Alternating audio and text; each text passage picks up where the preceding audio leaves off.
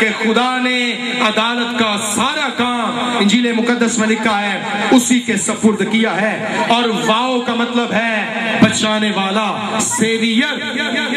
بچانے والا، اور این کا مطلب ہے تجربہ بخشنے والا، one who knows us, give us the experience to know him، جو ہمیں جانتا ہے، تجربہ دیتا ہے کہ ہم اسے جانے۔ خدا کو کبھی کسی نے نہیں دیکھا اور خدا کسی کی سمجھ میں نہیں آ سکتا۔ پہلے کلمہ خالق ہوا، پھر کلمہ کفارہ ہوا، پھر وہ کلمہ کفارہ ہو کر خریدار ہو گیا، اور یوحنا فرماتا ہے دیکھو خدا کا برہ جو جہان کے گناہ اٹھا لے جاتا ہے۔ میں بھی مسیحی گھرانے میں پیدا ہوا، مسیحی تعلیم سے واقف تھا، پر 93 اپ ٹو 99 1993 سے 99 تک بدستور دعاؤں کے چرچز جانے کے I was a smoker, I was a drinker، اور مجھے معلوم نہیں تھا کہ یسوع مسیح کی حقیقت کیا ہے۔ میں شراب پیتا تھا، سگریٹ نوشی کرتا تھا، اور غلط سوسائٹی تھی، میں سمجھتا تھا سی بچے بچائے ہیں، توبہ کچھ نہیں ہے۔ پر جب سے مسیح زندگی میں آ گیا، 11 سال ہوئے ہیں، 11 سالوں میں منہ سے کبھی گالی نہیں نکلی ہے، اوائڈ کیا ہے، نشے بازیوں کو چھوڑا ہے، اس لیے کہ یسوع چرنی میں نہیں میرے من میں آ گیا، میرے بدن میں آ گیا، اور اس نے مجھے نجات بخش دی ہے، اور نجات گناہوں سے ہے۔ جس چیز کو آپ گناہ نہیں سمجھیں گے وہ آپ اس سے نجات نہیں پا سکتے۔ اگر شراب کو آپ گناہ نہیں سمجھیں گے تو آپ نجات نہیں پائیں گے، اس میں جکڑے رہیں گے۔ کنڈیم کرتی ہے کرسچینٹی اور انجیل مقدس ہر قسم کے نشے کو، قمار بازی کو، جوئے بازی کو، نشے بازی کو۔ انجیل مقدس اس کو کنڈیم کرتی ہے، اس کی مذمت کرتی ہے، اور کبھی شراب پینے کا نام بڑا دن نہیں ہے۔ یہ بدقسمتی سے مسیحیت میں کالی بھیڑیں شامل ہو گئی ہیں جنہوں نے مسیحیت کے وقار کو، مسیحیت کی خوبصورتی کو مسخ کر دیا ہے۔ کرسچینٹی ہر قسم کے گناہ کے خلاف ہے، اور یہی یسوع زمین پر لے کر آیا ہے۔ جو یسوع خالق تھا وہ کفارہ ہوا، پھر خریدار ہوا، اور پھر کبھی 11 سال پہلے وہ میری نجات کا محور ہوا۔